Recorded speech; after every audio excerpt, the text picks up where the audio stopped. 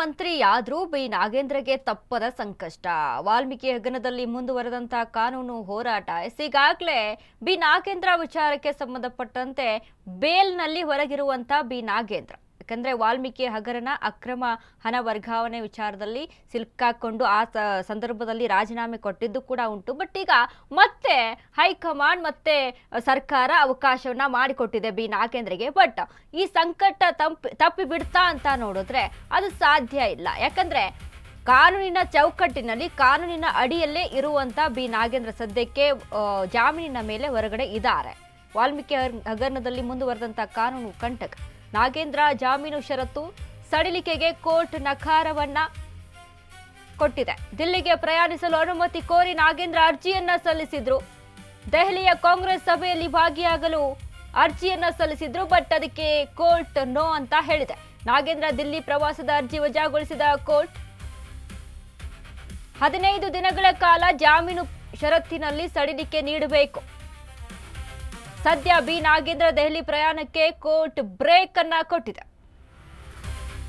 ಇಡಿ ವಿಚಾರಣೆಗೆ ಬಿ ನಾಗೇಂದ್ರ ಸರಿಯಾಗಿ ಸಹಕರಿಸುತ್ತಿಲ್ಲ ಅನ್ನುವಂಥದ್ದು ಕೂಡ.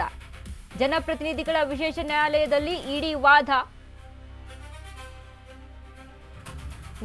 ವಾಲ್ಮೀಕಿ ನಿಗಮದ 89.63 ಕೋಟಿ ರೂಪಾಯಿ ಅಕ್ರಮ ಹಣ ವರ್ಗಾವಣೆ ವಿಚಾರದಲ್ಲಿ ವಾಲ್ಮೀಕಿ ಹಗರಣದ ಪ್ರಕರಣದಲ್ಲಿ ಮುಂದುವರೆದಂತಹ ತನಿಖೆ.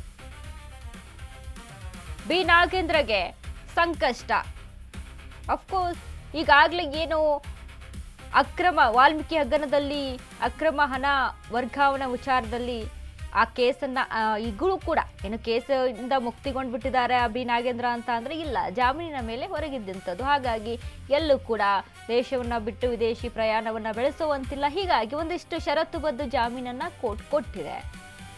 ದೆಹಲಿಗೆ ಹೋಗೋಕೆ ಅಂತ ಅರ್ಜಿಯನ್ನ ಸಲ್ಲಿಸಿದ್ರು. ಬಟ್ ಅದಕ್ಕೆ ನಕಾರತೆಯನ್ನ ಕೊಟ್ಟಿರುವಂತದ್ದು ಕೋರ್ಟ್. ಪರ್ಮಿಷನ್ ಕೊಟ್ಟಿಲ್ಲ. 15 ದಿನಗಳ ಕಾಲ ಜಾಮೀನು ಷರತ್ತಿನಲ್ಲಿ ಸಡಿಲಿಕೆಗೆ ನೀಡಬೇಕು ಅಂತ ಅರ್ಜಿಯನ್ನ ಸಲ್ಲಿಸಿದ್ರು. ಬಟ್ ಕೋರ್ಟ್ ಅದಕ್ಕೆ ಬ್ರೇಕ್ ಅನ್ನ ಕೊಟ್ಟಿದೆ. ಇಡಿ ವಿಚಾರಣೆಗೂ ಕೂಡ ನಾಗೇಂದ್ರ ಸರಿಯಾಗಿ ಸಹಕರಿಸ್ತಾ ಇಲ್ಲ ಅನ್ನುವಂಥದ್ದು ಕೂಡ ಆರೋಪ. ಒಂದ್ ಕಡೆ ಇಡಿ ವಾದವನ್ನ ಮಾಡಿದೆ ಇದನ್ನ ಮುನ್ನೆಲೆಗೆ ಇಟ್ಕೊಂಡು.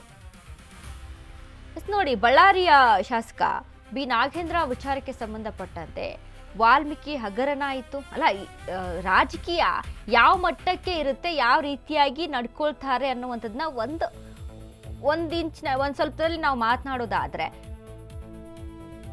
ಬಿ ನಾಗೇಂದ್ರ ಯಾವ ವಿಚಾರದಲ್ಲಿ ವಾಲ್ಮೀಕಿ ಹಣ ವರ್ಗಾವಣೆ ಅದನ್ನ ತಾವೇ ಒಪ್ಕೊಂಡಿದ್ದಾರೆ.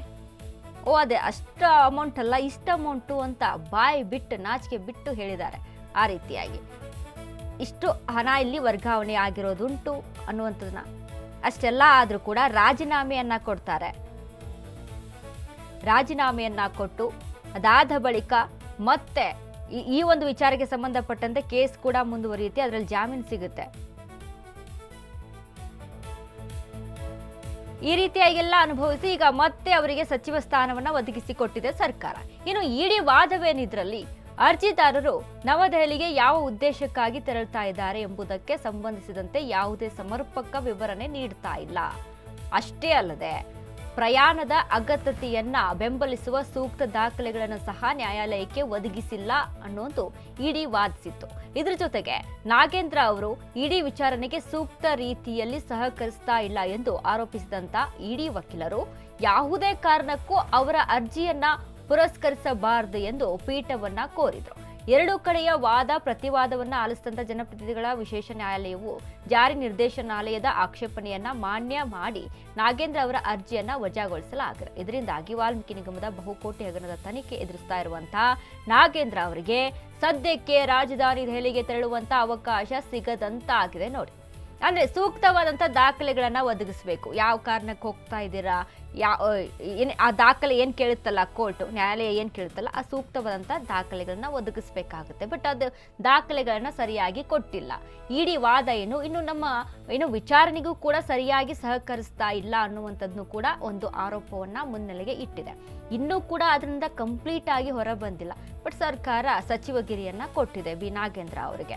ಯಾವ ರೀತಿಯಾಗಿ ಪರಿಗಣಿಸ್ತಾ ಇದೆ, ಮುಂದಿನ ಎಲೆಕ್ಷನ್ ಮುನ್ನೆಲೆಗೆ ಇಟ್ಕೊಂಡು ಅಂತ ಹೇಳುತ್ತೆ. ಬಟ್ ರಾಜ್ಯದ ಸ್ಥಿತಿ ಏನ್ರಿ, ನಿಮ್ಮ ಎಲೆಕ್ಷನ್ ಅನ್ನ ಮುನ್ನೆಲೆಗೆ ಇಟ್ಕೊಂಡು ನೀವು ಥಿಂಕ್ ಅನ್ನ ಮಾಡ್ಕೊಂಡು ಹೋದ್ರೆ ಜನಗಳ ಸ್ಥಿತಿಯನ್ನ ಯಾರು ನೋಡ್ತಾರೆ, ರಾಜ್ಯ ಸ್ಥಿತಿಯನ್ನ ಯಾರು ನೋಡ್ತಾರೆ ಅನ್ನೋದು.